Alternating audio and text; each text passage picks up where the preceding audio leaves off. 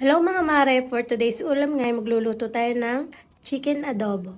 Nagisa na nga ako dyan ng sibuyas at bawang. Mas masarap kung madaming bawang kasi basta masarap.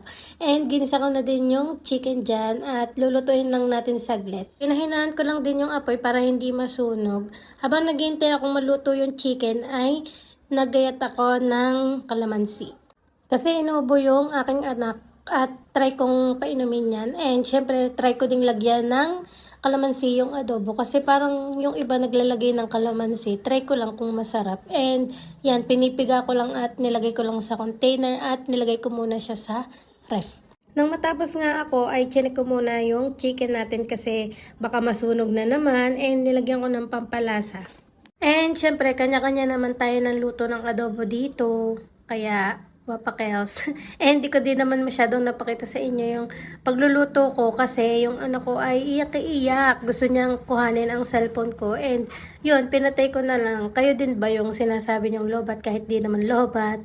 Ang ending di pa rin naman siya naniniwala na lobat.